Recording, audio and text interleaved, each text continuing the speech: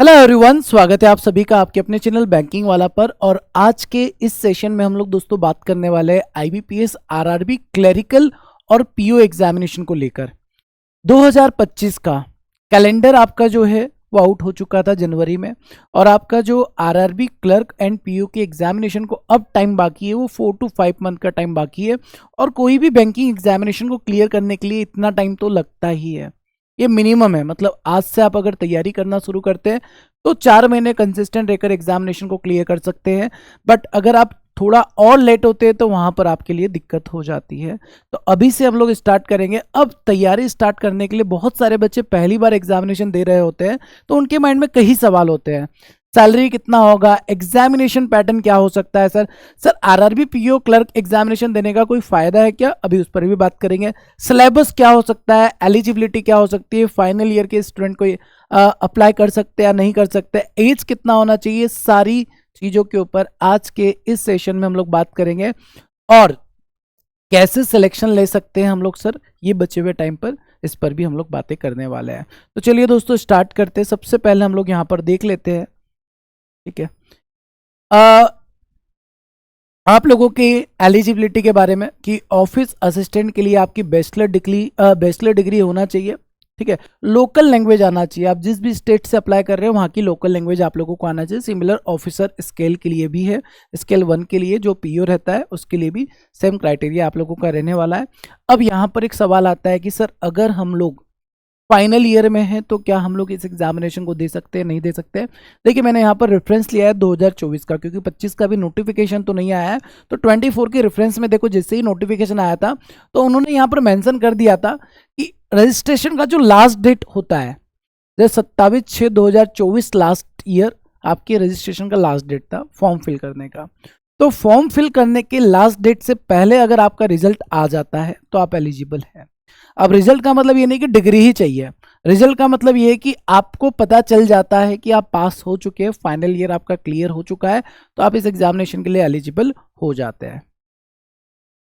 Sir final year का result केवल चाहिए या रिजल्ट की मार्कशीट भी चाहिए? नहीं, मार्कशीट नहीं। जैसे कई बार ऐसा होता है ना, यूनिवर्सिटी का ऑनलाइन रिजल्ट आता है, पता चलता है कि आप लोग पास हो चुके हैं, बस ये प्रूफ है कि हाँ रजिस्ट्रेशन की लास्ट डेट से पहले मैं क्लियर हो चुका था, मेरे को पास हो चुका था, ये कंफर्म है का प्रूफ है, तो आप एग्जामिनेशन के लिए एलिजिबल रहेंगे। अब कुछ बच्चों का ये कहना है कि सर फाइनल ईयर अगर पास कर दिया, उसके पहले ईयर वाले बैकलॉग रहेंगे तो क्या हम एग्जाम दे सकते हैं? नहीं बेटा, क्लियर होना चाहिए आपका ना, पूरा क्लियर होगा। मतलब सीधे सिंपल शब्दों में समझा जाए तो आपका जो रजिस्ट्रेशन का लास्ट डेट होता है उसके पहले अगर आपके पास ये प्रूफ है कि आप कॉलेज कंप्लीट कर चुके हैं तो आप इस एग्जामिनेशन के लिए एलिजिबल हो जाते हैं। तो इस बार भी हमारा जो नोटिफिकेशन है वो एक्सपेक्टेड है कि आप लोगों को नोटिफिकेशन देखने को मिल जाए जून या जुलाई में, ठीक है। तो उसके पहले अगर आपका ग्रेजुएशन कंप्लीट है तो आप इस एग्जामिनेशन के लिए एलिजिबल हो जाते हैं। आगे दोस्तों बात करते हैं प्रीलिम्स एग्जामिनेशन पैटर्न की। यही एक एडवांटेज रहता है। अब प्रीलिम्स एग्जामिनेशन में अगर हम लोग ऑफिस असिस्टेंट की बात करें, दैट मीन्स क्लर्क की बात करें, तो रीजनिंग और न्यूमेरिकल एबिलिटी, मतलब रीजनिंग और मैथ्स ही रहेंगे, केवल 2 सब्जेक्ट रहेंगे। कंपोजिट 45 मिनट का टाइम रहेगा, 40 क्वेश्चन रहेंगे रीजनिंग के, 40 क्वेश्चन मैथ्स के रहेंगे, टोटल 80 रहेंगे। न्यूमेरिकल एबिलिटी मैथ्स ही होता है, न्यूमेरिकल एबिलिटी में क्वेश्चन आपके 1 लीनियर ज़्यादा हो जाते हैं। सिमिलर अगर मैं पीओ की बात करूं तो पीओ में रीजनिंग में 40 क्वेश्चन रहेंगे, 40 मार्क्स रहेगा, यहाँ भी कंपोजिट 45 मिनट का टाइम रहेगा। क्वांट में 40 क्वेश्चन रहेंगे, 40 मैक्सिमम मार्क्स रहेगा, मतलब 80 मार्क्स का पेपर रहता है। तो प्रीलिम्स में इंग्लिश नहीं होता है, जिन बच्चों का इंग्लिश थोड़ा कमजोर होता है उनके लिए ये एडवांटेज हो जाता है कि अगर आपको इंग्लिश नहीं भी आता है ना तो ये एग्जामिनेशन क्लियर किया जा सकता है बिना इंग्लिश के भी। कैसे करेंगे आगे हम लोग बात करेंगे। तो ये तो बात हो गई प्रीलिम्स की। प्रीलिम्स में अगर आपने मैथ्स रीजनिंग को अच्छे से पढ़ लिया आप प्री क्वालिफाई कर सकते हैं। अब प्री क्लियर होने के बाद नेक्स्ट स्टेज जो होता है वो आपका होता है, अच्छा एक और बात ध्यान रखेंगे, आप 1/4 नेगेटिव मार्किंग भी होती है, ठीक है। 1/4 नेगेटिव मार्किंग मतलब अगर आपने एक सवाल सही किया तो 1 नंबर, गलत किया तो 0.25 नेगेटिव भी हो जाएगा। इसके बाद दोस्तों बात करें मेंस एग्जामिनेशन की, तो मेंस में आपका जो क्लर्क का है पैटर्न वो रहेगा, रीजनिंग के 40 क्वेश्चन रहेंगे, कंपोजिट 2 घंटे का टाइम मिलेगा, कंप्यूटर के भी 40 क्वेश्चन रहेंगे, बट 20 मार्क्स का कंप्यूटर आएगा, ठीक है। आरआरबी में ही कंप्यूटर पूछा जाता है, बाकी बैंकिंग इंश्योरेंस एग्जामिनेशन में कंप्यूटर नहीं के बराबर पूछा जाता है। तो कंप्यूटर के यहाँ पर 20 मार्क्स का पेपर रहने वाला है, जीए का 40 मार्क्स का पेपर रहेगा, अब देखो इंग्लिश और हिंदी ये दोनों में से कोई एक सब्जेक्ट आपको सिलेक्ट करना है, ये ऑप्शनल होता है। इस पर बात करेंगे। न्यूमेरिकल एबिलिटी के 40 क्वेश्चन होते हैं 50 मार्क्स का, मतलब टोटल 200 क्वेश्चन 200 नंबर का आपका पेपर होता है। ठीक है, रीजनिंग में भी देखो नंबर ऑफ क्वेश्चन 40 होते हैं बट मार्क्स 50 होते हैं। न्यूमेरिकल एबिलिटी में भी 40 क्वेश्चन होते हैं, मार्क्स 50 होते हैं, क्योंकि कुछ सवाल ऐसे होते हैं जो 2 नंबर के होते हैं।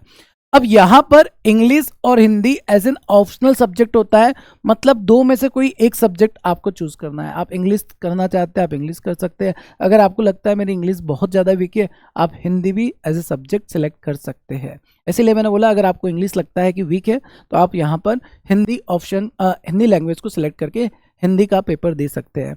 सिमिलर हम लोग पीओ की अगर बात करें तो पीओ में भी सेम रहेगा। रीजनिंग के 40 क्वेश्चन 50 मार्क्स, कंप्यूटर के 20 नंबर के 20 मार्क्स रहेंगे, 40 क्वेश्चन रहेंगे। जीए का 40 मार्क्स का पेपर रहेगा। इंग्लिश हिंदी में से आप ऑप्शनल सेलेक्ट कर सकते हैं। और क्वांटिटी एप्टीट्यूड, देखो यहाँ पर है ना कन्फ्यूजन होता है, सर यहाँ न्यूमेरिकल एबिलिटी लिखता है यहाँ पर क्वांटिटी एप्टीट्यूड लिखता है, ऐसा क्यों? दोनों सेम है ना, सिलेबस की मामले से देखा जाए तो दोनों सेम ही होता है। बस न्यूमेरिकल एबिलिटी में आप लोगों को वन लीनियर क्वेश्चन या फिर बोल सकते हैं स्पीड मैथ के क्वेश्चन ज़्यादा देखने को मिलते हैं, calculation based, like number series, quadratic equation, simplification, इसके सवाल आपको मेंस में भी देखने को मिलते हैं। और यहाँ पर क्वांट इसलिए लिखा जाता है, यहाँ पर डीआई का वेटेज ज़्यादा होता है, अर्थमेटिक का वेटेज ज़्यादा होता है। ठीक है, तो इसमें कोई कंफ्यूजन नहीं होना चाहिए, सिलेबस सेम है ना। इसका मतलब ये नहीं कि डीआई यहाँ पूछेगा तो यहाँ नहीं पूछेगा, पूछ सकता है। यहाँ पर स्पीड मैथ पूछता है तो यहाँ नहीं पूछ सकता है, सभी जगह वो पूछ सकता है। ठीक है, तो ये हमारा मेंस का पैटर्न रहेगा। अच्छा, लास्ट ईयर जब नोटिफिकेशन आया था ना तो वहाँ पर इन्होंने बोला था कि भाई ये हम लोगों के हाथ में है कि हम सेपरेट टाइमिंग भी कर सकते हैं। सेपरेट टाइमिंग का मतलब कि रीजनिंग के 40 क्वेश्चन करने के लिए 20 मिनट का टाइम हम लोग फिक्स कर दें, जैसे बाकी एग्जामिनेशन में होता है।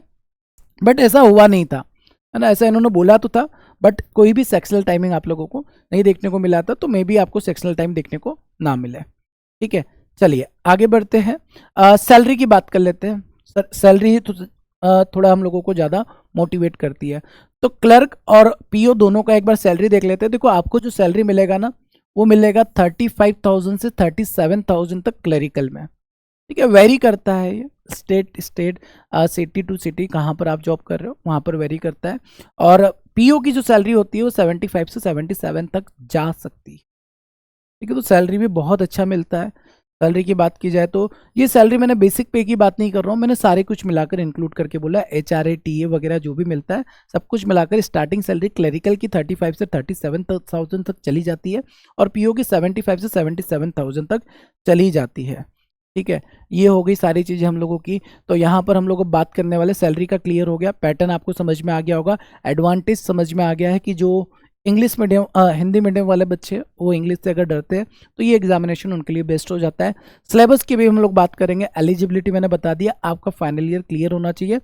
और यहाँ पर हम लोग देख सकते हैं फाइनल ईयर में अगर आप हैं और नोटिफिकेशन की लास्ट डेट से पहले अगर आपका रिजल्ट आ जाता है तो आप एलिजिबल रहेंगे। ठीक है, एज की बात कर लेते हैं। एज के साथ साथ हम लोग एग्जामिनेशन में जो सिलेबस रहेगा वो भी देख लेते हैं एक बार। ठीक है, सिलेबस की दोस्तों अगर बात की जाए तो रीजनिंग का जैसे सिलेबस है, प्रीलिम्स की पहले बात कर लेते हैं। रीजनिंग का alphabet, number, inequality, syllogism, order, ranking, coding, decoding, direction, blood relation, circular, linear sitting arrangement, मतलब पजल बेस्ड क्वेश्चन आते हैं। ये आपका रीजनिंग का सिलेबस रहने वाला है।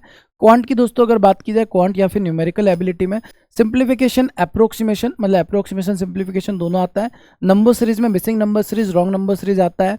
ठीक है, क्वाड्रेटिक इक्वेशन इनइक्वालिटी में आ जाता है। अर्थमेटिक की बात की जाए तो ratio, percentage, number system, algebra, average, ages, partnership, action, alligation, simple, compound interest, time and work, pipe and system, profit and loss, speed, time and distance, train, boat, 2D 3D, probability, permutation, combination आता है। और DI में सारे type के DI आप लोगों को देखने को मिल सकते हैं। साथ में data sufficiency, comparison of quantity भी आता है। बेटा मेंस का सिलेबस भी वही रहता है जो आपका प्री का सिलेबस रहता है, बस लेवल बढ़ जाता है। ठीक है, यहाँ पर भी आप देखेंगे तो लेवल जो है वो बढ़ जाता है।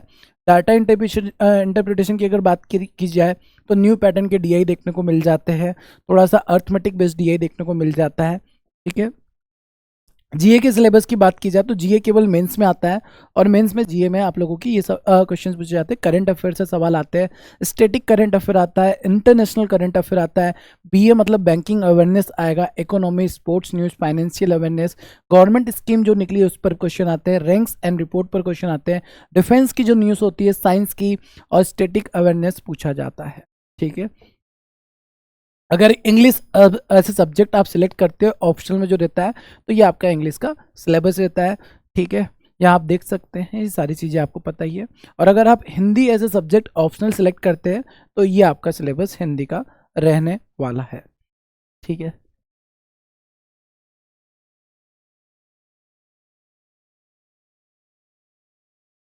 चलिए, सारे डाउट्स आपके क्लियर हो गए होंगे, ठीक है। एग्जामिनेशन में 4 महीने का टाइम है और 4 महीने अगर आप कंसिस्टेंट रेगुलर अच्छे से पढ़ाई करते हैं तो इस एग्जामिनेशन को क्लियर किया जा सकता है। मतलब बहुत ज़्यादा टफ नहीं होता है। बैंकिंग में अगर देखा जाए तो सबसे इजी पेपर जो होता है बैंकिंग एग्जामिनेशन का वो होता है आरआरबी क्लर्क का, और पीओ में सबसे इजी पेपर होता है वो होता है आईबीपीएस आरआरबी पीओ का। तो इजी पेपर होता है, अगर आप ठीक से तैयारी करेंगे सिलेक्शन यहाँ पर ले सकते हैं। अब इसके बाद अगर आप ये सोच रहे हैं कि सर हम लोग कहाँ से तैयारी करना स्टार्ट करें, मैंने आज ही इसके बारे में जाना है और अब तैयारी करना स्टार्ट करना चाहता हूँ, तो आप लोग यहाँ पर अभी आप लोगों के लिए ना मंथ एंड सेल भी चल रहा है जहाँ पर आप लोगों को डिस्काउंट देखने को मिल रहा है बैचेस के ऊपर। देखिए, सिलेक्शन के लिए सबसे इंपॉर्टेंट हो जाता है एक प्रॉपर तरीके से हमारा क्लास हो जाए, प्रॉपर क्लास कंप्लीट हो जाए। अगर आपने ऑलरेडी क्लास कंप्लीट कर दिया है तो फिर क्लास करने की ज़रूरत नहीं है, बट एक बार प्रॉपर तरीके से आप सिलेबस कंप्लीट करो। सिलेबस कंप्लीट करने के बाद प्रैक्टिस करो, रिवीजन करो और मॉक टेस्ट लगाओ। ये तीनों काम किया हमारा काम हो जाएगा, एग्जामिनेशन क्लियर हो जाएगा। तो जो बच्चे पहली स्टेज पर है, पहले ये देख रहे हैं कि कहाँ से कोर्स कंप्लीट करें, तो आप बैंक महापेक ले सकते हैं जिसमें आप लोगों को 18 से भी ज़्यादा एग्जामिनेशन कवर किया कराए जाते हैं। 100 से ज़्यादा बैचेस मिल जाते हैं, 100+ बैचेस आप लोगों को यहाँ पर मिल जाते हैं। 2000 से ज़्यादा लाइव क्लासेस मिलती है, 24/7 डाउट सपोर्ट मिलता है। और पता है ये जो सब्सक्रिप्शन होता है वो केवल और केवल 2199 में मिल जाता है 6 मंथ के लिए। बट 6 मंथ का ना लेते हुए आप 12 मंथ का ले लेंगे, ज़्यादा बेटर रहेगा। 12 मंथ सब्सक्रिप्शन आपको मिलता है केवल 2499 रुपीज़ में। 2499 रुपीज़ में आप लोगों को 100+ बैचेस का एक्सेस मिल जाता है, ठीक है। और बैच के अंदर आप लोगों को मॉक टेस्ट भी मिल जाएगा, आपके प्रैक्टिस के लिए कंटेंट भी मिल जाएगा, आपकी सारी क्लासेस भी मिल जाएगी। जो भी इंपॉर्टेंट चीज़ होती है सिलेक्शन की वो सारी कुछ यहाँ पर आपको देखने को मिल जाती है। इसके अलावा जो बैचेस की बात की जाए, आप पर्टिकुलर बैच इनरोल करना चाहते हैं, जैसे IBPS PO फाउंडेशन बैच है, M 3.0 है, रुद्र 2.0 है, ये बैच में भी आप इनरोल कर सकते हैं। और अगर आप किताब से प्रैक्टिस करना चाहते हैं, द्रोणा बुक सेट ले सकते हैं। इसमें आपको मैथ्स, रीजनिंग और इंग्लिश का बुक सेट मिल जाता है और ये कंबाइंड बुक सेट आपको अभी अगर लेते हैं तो 1180 में मिल जाता है। बस आप लोगों को ना परचेस करते वक्त PW ऐप पर जाते हैं, वहाँ पर परचेस करते हैं तो आपको जो कूपन कोड यूज़ करना रहता है मंथ एंड सेल, इसी नाम से कूपन कोड यूज़ करेंगे, ये रहा मंथ एंड सेल, तो आपको 100 रुपीज़ का डिस्काउंट यहाँ पर मिल जाता है, ठीक है। आई होप सो सभी को सारी चीज़ें क्लियर हो गई होगी, समझ में आ गई होगी। तो अब टाइम वेस्ट मत करो, अपनी तैयारी शुरू करो और 3 से 4 महीने के अंदर आप RRB PO और क्लरिकल एग्जामिनेशन को क्लियर कर सकते हैं। एक और इम्पॉर्टेंट बात आपको ध्यान रखनी है, प्री के साथ ही मेंस की भी तैयारी करनी है। ऐसा नहीं करना है कि सर मेंस हमारा प्री क्लियर होगा उसके बाद करेंगे, नहीं। आप प्री के साथ जैसे परसेंटेज पढ़ रहे हो ना, तो परसेंटेज में प्री मेंस दोनों कंप्लीट करते हुए आगे बढ़ेंगे तो ज़्यादा बेहतर हो जाएगा, ठीक है। चलिए, बाकी हम लोग फिर मिलते हैं अपने रेगुलर सेशन में, तब तक के लिए सभी अपना ध्यान रखेंगे। Thank you so much, bye bye, take care.